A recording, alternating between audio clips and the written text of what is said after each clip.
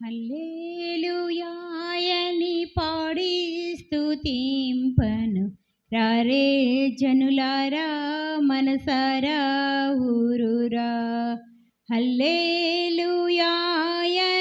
పాడి స్తుతింపను రారే జనులారా మనసారా ఊరురా. రారే జనులారా మనసారా ఊరురా. పాడి పంటలనిచ్చు పాలించు దేవుడని, పాడి పంటలనిచ్చు పాలించు దేవుడని, కూడు గుడ్డలనిచ్చి పోషించు దేవుడని, కూడు గుడ్డలనిచ్చి పోషించు దేవుడని, తోడు నీడగా నిన్ను కాపాడే నాదుడని, తోడు నీడగా నిన్ను కాపాడే నాదుడని, పూజించి పాటించి చాటించరారే. హల్లెలూయాయని పాడి స్తుతింపను రారే జనులారా మనసారా ఊరురా. రారే జనులారా ఊరురా నోరారా. హల్లెలూయాయని పాడి స్తుతింపను రారే జనులారా మనసారా ఊరురా. బంధుమిత్రుల కన్నా బలమైన దేవుడని, బంధుమిత్రుల కన్నా బలమైన దేవుడని, అన్నాదమ్ముల కన్నా ప్రియమైన దేవుడని, అన్నాదమ్ముల కన్నా ప్రియమైన దేవుడని, కన్నా బిడ్డల కన్నా కన్నుల పండుగని, కన్నా బిడ్డల కన్నా కన్నుల పండుగని, పూజించి పాటించి చాటించరారే. హల్లెలూయాయని పాడి స్తుతింపను రారే జనులారా మనసారా ఊరురా. రారే జనులారా ఊరురా నోరారా. హల్లెలూయాయని పాడి స్తుతింపను రారే జనులారా మనసారా ఊరురా. రాజాతి రాజుల కన్నా రాజైన దేవుడని, రాజాతి రాజుల కన్నా రాజైన దేవుడని, నీ చాతి నీచులను ప్రేమింపవచ్చేనని, నీ చాతి నీచులను ప్రేమింపవచ్చేనని, నిన్న నేడు ఏకరీతిగా ఉన్నాడని, నిన్న నేడు ఏకరీతిగా ఉన్నాడని, పూజించి పాటించి చాటించరారే. హల్లెలూయాయని పాడి స్తుతింపను రారే జనులారా మనసారా ఊరురా. హల్లెలూయాయని పాడి స్తుతింపను రారే జనులారా మనసారా ఊరురా. హల్లెలూయాయని పాడి స్తుతింపను రారే జనులారా ఊరురా నోరారా. హల్లెలూయా. మహిమ ప్రభావములు యేసయ్యకే చెందునుగాక. ఆమేన్. మరొక పర్యాయము కృపగలిగిన దేవుడు మనలను ప్రేమించి 2026 సంవత్సరంలో సిలువ ధ్యాన కూడికలలో 10వ రోజు వాక్య ధ్యానములోనికి ప్రవేశించడానికి కృప చూపిన దేవుణ్ణి నేను మహింపరుస్తూ చేరుకుడు వచ్చినటువంటి సంఘానికి వందనాలు తెలియజేస్తూ ఉన్నా. దేవునికి స్తోత్రం. హల్లెలూయా హల్లెలూయా. నేటి ధ్యానము కొరకై దైవ గ్రంథమైనటువంటి బైబిల్లో నుండి మత్తయి సువార్త 22వ అధ్యాయము 23 నుండి 1-2 వచనాలు మనం చదువుకుందాం. పునరుత్థానము లేదని చెప్పుడి, పునరుత్థానము లేదని చెప్పేడి సద్దూకయులను ఆ దినమున ఆయన యొద్దకు వచ్చి బోధకుడా ఒకడు పిల్లలు లేక చనిపోయిన ఎడల అతని సహోదరుడు అతని భార్యను పెండ్లి చేసుకొని తన సహోదరునికి సంతానము కలుగజేయవలెనని మోషే చెప్పెను. మాలో ఏడుగురు సహోదరులుండిరి. మొదటివాడు పెండ్లి చేసుకొని చనిపోయేను.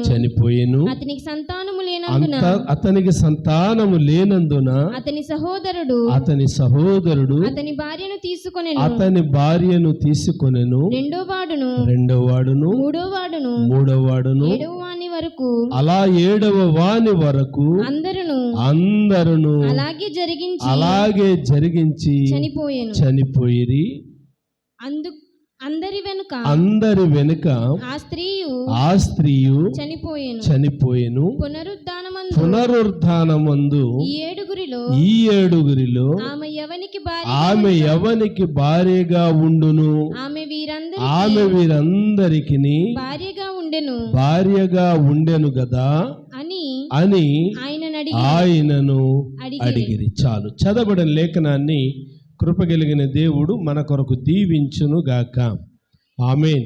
చదవబడినటువంటి లేఖనములో కృపగలిగిన దేవుడు సద్దూకయ్యలతోనూ పరిసయ్యులతోనూ మాట్లాడుతూ ఉన్నటువంటి విషయాలు ఇక్కడ మనం చదువుతూ ఉన్నాం. మనం చదువుతూ ఉన్నటువంటి లేఖనాలు ఈరోజు మన అంశం ఏంటంటే దివ్యస్థితి. మన అంశం ఏంటమ్మా? దివ్యస్థితి అంటే ఉన్నతమైనటువంటి స్థితి అని దాని యొక్క భావం. అయితే ఇక్కడ సద్దూకయ్యులు యేసు ప్రభువును అడిగినటువంటి ప్రశ్న. ఎవరు అడుగుతూ ఉన్నారు? సద్దూకయ్యులు యేసు ప్రభువును అడుగుతూ ఉన్నటువంటి ప్రశ్న. అది ఏ ప్రశ్న అని గనక ఆలోచన చేస్తే, అయ్యా, మా ఊరిలో ఒక స్త్రీ ఉంది. ఆమె ఒక సహోదరుని పెళ్లి చేసుకుంది. పెళ్లి చేసుకున్న తర్వాత ఇంకా పిల్లలు పుట్టకముందే ఆయన చనిపోయాడు. అలా చనిపోతే మోషే ధర్మశాస్త్రం మాకు జ్ఞాపకం చేస్తుంది, అతనికి సంతానము కలగజేయ నిమిత్తము అతనికి సహోదరులు ఉంటే వారు ఆమెను పెండ్లాడాలి అని చెప్పి ధర్మశాస్త్రములో దైవజనుడైనటువంటి మోషే మాకు జ్ఞాపకం చేశాడు, మాకు తెలియచేశాడు. కాబట్టి ధర్మశాస్త్ర ప్రకారము, మోషే సెలవిచ్చిన ప్రకారము ఆయన చనిపోయిన తర్వాత, ఆ సోదరుడు చనిపోయిన తర్వాత అతని తమ్ముడు పెండ్లి చేసుకున్నాడు. అతడు కూడా ఇంకా పిల్లలు కలగకముందే చనిపోయాడు. సరే, మూడోవాడు ఉన్నాడు, మూడోవాడు కూడా చేసుకున్నాడు. వారు 7 సహోదరులు. అలా మొదటివాడు, రెండోవాడు, మూడోవాడు చనిపోతున్నటువంటి క్రమంలో తర్వాత వారు అలా చేసుకుంటూ వస్తూ ఉన్నారు. అలా 7 ఆమెను పెళ్లి చేసుకున్నారు. 7 పెళ్లి చేసుకున్నారు, 7 కూడా చనిపోయారు. ఇప్పుడు ఆమె కూడా చనిపోయింది. ఇది ఆయన దగ్గరికి తెచ్చినటువంటి ప్రశ్న. సరే, ఏమైంది అని గనక ఆలోచన చేస్తూ ఇప్పుడు వాళ్ళు అడుగుతూ ఉన్నారు. వారికి కావలసినటువంటి ఆన్సర్ ఏమిటి అని గనక ఆలోచన చేస్తే, ఇప్పుడు పునరుత్థానమందు 27వ వచనంలో, ఇప్పుడు పునరుత్థానమందు ఈ 7 ఆమె ఎవనికి భార్యగా ఉండును అనే మాట వారు ప్రశ్నిస్తూ ఉన్నారు. ఈ 7 ఎవరికి ఆమె భార్యగా ఉంటుంది అనే మాట ప్రశ్నిస్తూ ఉన్నారు. ధర్మశాస్త్రములో మోషే చెప్పినటువంటి మాట నిజమే. ధర్మశాస్త్రములో మోషే ద్వారా పలకబడినటువంటి మాట వాస్తవం. తండ్రి అయినటువంటి దేవుడు అప్పటిలో ధర్మశాస్త్ర ప్రకారము మోషేకి సెలవిచ్చిన ప్రకారం మోషే తెలియచేశాడు. కానీ నేటి దినాన్ని మనం ఆలోచన చేస్తే ఏకపత్ని పురుషుడు అనే మాట మనం చదువుతూ ఉన్నాం. ఒక పురుషునికి ఒకే భార్య ఉండాలి, ఒక స్త్రీకి ఒకే భర్త ఉండాలి అనేది క్రొత్త నిబంధన మనకు నేర్పించే పాఠము. అయితే తండ్రి అయినటువంటి దేవుడు కుమారుడైన క్రీస్తు ప్రభువారిని భూమి మీదకు పంపించినప్పుడు 3.5 సంవత్సరాల పరిచర్యలో ఎందరో ఆయన దగ్గరికి వచ్చారు. ఎదురు తిరిగిన వారు ఉన్నారు, ఎదురు ప్రశ్నించిన వారు ఉన్నారు, మాటకు మాట చెప్పినటువంటి వారు కూడా ఉన్నారు. ఇప్పుడు యేసు ప్రభు దగ్గరికి వచ్చినటువంటి ఒక వింత ప్రశ్నను మనం చూస్తూ ఉన్నాం. ఈమె 7 చేసుకుని చనిపోయింది కదా, ఈమె ఇప్పుడు 7 ఎవరికి భార్యగా ఉంటుంది? ఇది వారి ప్రశ్న యేసు ప్రభు దగ్గరికి తెచ్చారు. ఇప్పుడు యేసు ప్రభు వారు ఏమంటున్నారు? 29వ వచనంలో, అందుకు యేసు లేఖనములు గాని దేవుని శక్తి గాని ఎరుగక మీరు పొరబడుచున్నారు. చూడండి, యేసు ప్రభు వారు ఏమంటున్నారు? అందుకు యేసు, మీరు లేఖనములను గాని దేవుని శక్తిని గాని ఎరుగక మీరు పొరబడుచున్నారు. అంటే యేసు ప్రభు వారు ఏం చెప్పాలనుకుంటున్నారు అని గనక ఆలోచన చేస్తే 30వ వచనం, పునరుద్ధానమునందు ఎవరును పెండ్లి చేసుకొనరు, పెండ్లికి ఇయ్యబడరు, వారు పరలోకమందున్న దూతల వలె నుందురు. వినండి ప్రియా దేవుని బిడ్డలారా, పరిశుద్ధాత్మ దేవుడు జ్ఞాపకం చేస్తూ ఉన్నాడు, పునరుద్ధానమునందు పెండ్లిండ్లు చేసుకొనరు అనే మాట మనం చదువుతూ ఉన్నాం. అంటే పునరుద్ధానమందు పెండ్లిండ్లు ఉండవు అనే మాట కృపగలిగిన దేవుడు జ్ఞాపకం చేస్తూ, మీరు దేవుని యొక్క లేఖనములను కానీ శక్తిని కానీ మీరు ఎరుగక పొరబడుచున్నారు అనే మాట కృపగలిగిన దేవుడు జ్ఞాపకం చేస్తూ ఉన్నాడు. అంటే ఆయన చెప్పాలనుకున్నటువంటి విషయం ఏంటి అని గనక ఆలోచన చేసినట్లయితే, పునరుద్ధానమునందు దూతలు ఎలా ఉంటాయి అని గనక ఆలోచన చేస్తే, లేకపోతే దూతలు అనబడినటువంటి వారు ఎలా ఉంటారు అని అంటే, ఇంతవరకు మనం చదివినటువంటి పేర్లను బట్టి దూతలు పురుష స్వభావులుగానే ఉంటారు. ఎలా ఉంటారమ్మా అంటే, మనం దూతలను గురించి చదువుతూ ఉన్నప్పుడు మరియమ్మ దగ్గరికి వచ్చినటువంటి దూత పేరును బట్టి మనం ఆలోచన చేస్తే, ఏం పేరు? మరియమ్మ దగ్గరికి వచ్చిన దూత గాబ్రియేలు దేవదూత. గాబ్రియేలు అనే పేరు పురుషునికి సంబంధించినటువంటి పేరు. శత్రువులతో పోరాడడానికి మనకు సహాయం చేసేది మిఖాయేలు దేవదూత. ఏ దూత? మిఖాయేలు దేవదూత. అది పురుష నామము. ఇలాగూ మనం ఆలోచన చేసినప్పుడు స్వస్థపరచు దూత రఫాయేలు.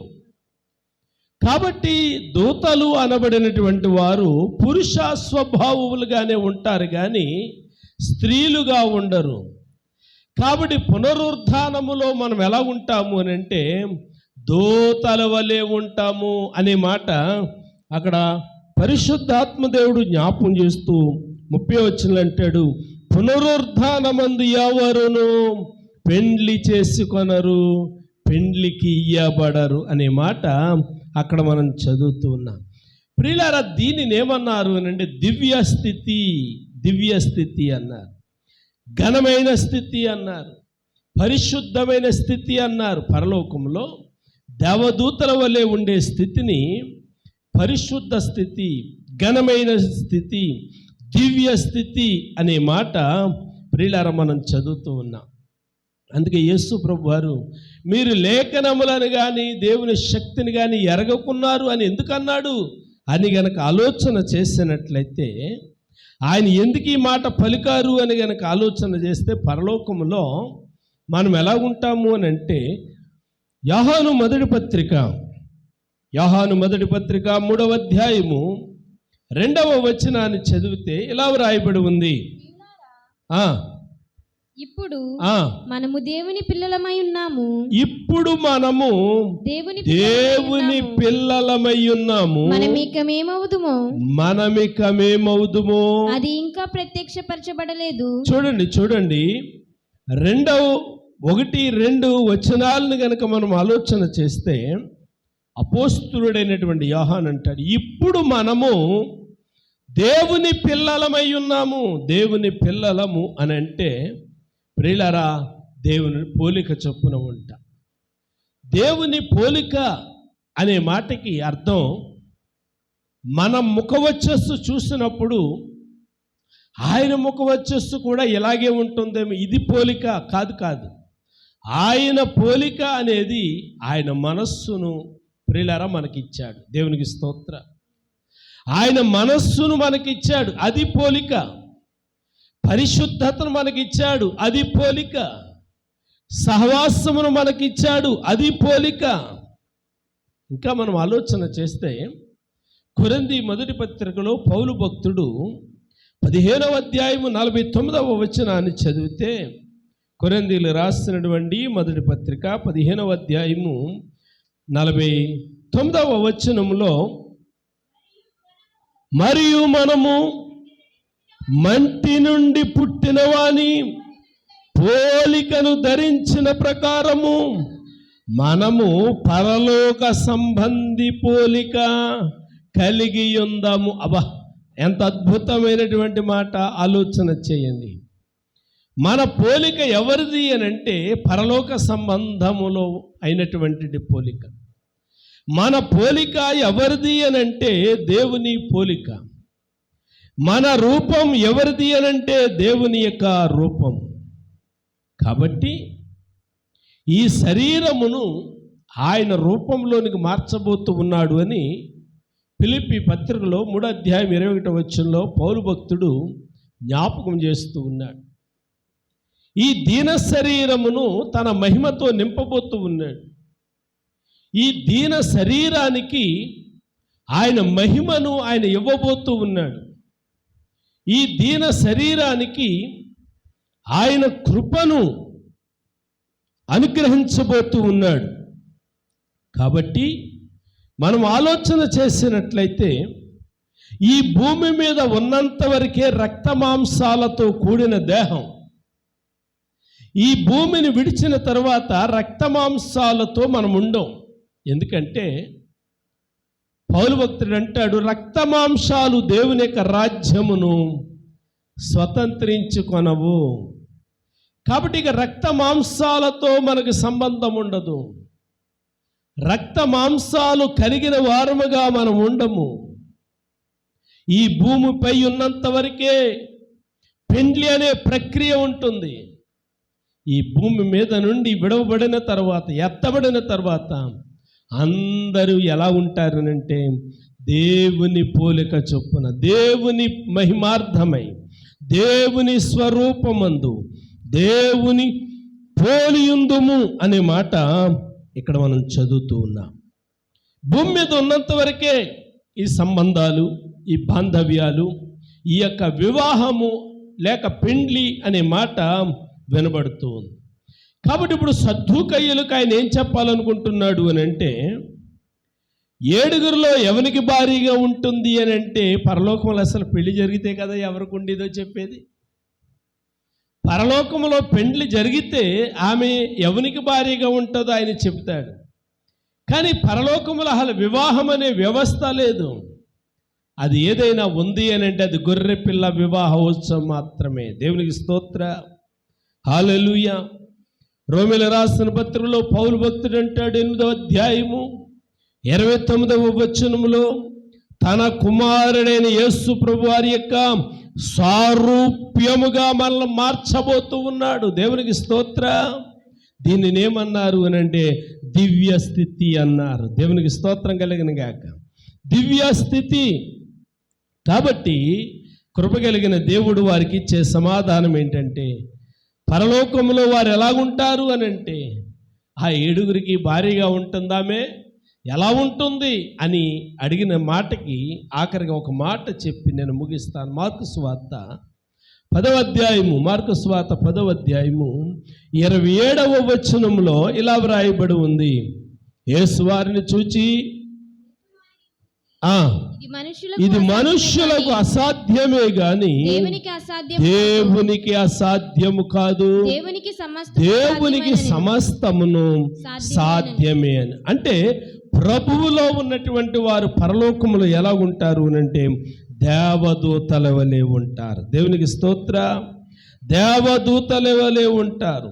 దేవదూతల వలె పరిశుద్ధ స్థితిలోనికి మనం వెళ్ళాలి అని అంటే, ప్రియులారా, పరలోకంలో ఎవరితో పెళ్లి జరుగుతుంది?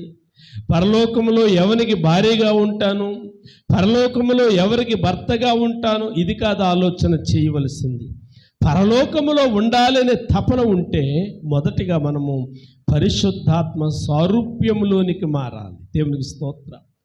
దేవుని పోలికలోనికి మనము మారాలి. ఆయనకు అసాధ్యమైనది ఏది లేదు అని అక్కడ మనం చదువుతూ ఉన్నాం. ఆయనకి అసాధ్యమైనది ఏది లేదు. కాబట్టి ప్రియమైనటువంటి దేవుని బిడ్డలారా, భూమి మీద ఉన్నంత వరకే ఈ పెండ్లి. మనం చనిపోయిన తర్వాత ఆయన సారూప్యంలోనికి మార్చబడతాం. ఎవరైతే ఆయన సారూప్యంలోనికి మార్చబడతారో వారు దేవదూతల వలె ఉంటారు. దేవునికి స్తోత్రం కలిగిన గాక. మార్చబడలేదనుకో విడవబడతారు. విడవబడిన వారు ఎలాగుంటారంటే పాతాళములో ఆర్తనాదాలు చేసేవారిగా ఉంటారు. తల ఉంచుదాం, కళ్ళు ముద్దాం. మనం ఎవరిని పోలి ఉండబోతూ ఉన్నాము? ఏ రూపములోనికి మనము మార్చబడబోతూ ఉన్నాము? మన రూపం ఎలా ఉండబోతుంది? ఒకసారి మనల్ని మనం ఆలోచన చేసుకుందాం. మనల్ని మనం పరీక్షించుకుందాం. మనల్ని మనం పరిశీలించుకుందాం. ప్రియా దేవుని బిడ్డలారా, ఆయన రూపములోనికి దివ్య స్థితిలోనికి మార్చబడితే అక్కడ పెండిండ్లు ఉండవు. అక్కడ పరలోకమే, అక్కడ సంతోషమే, అక్కడ సమాధానమే.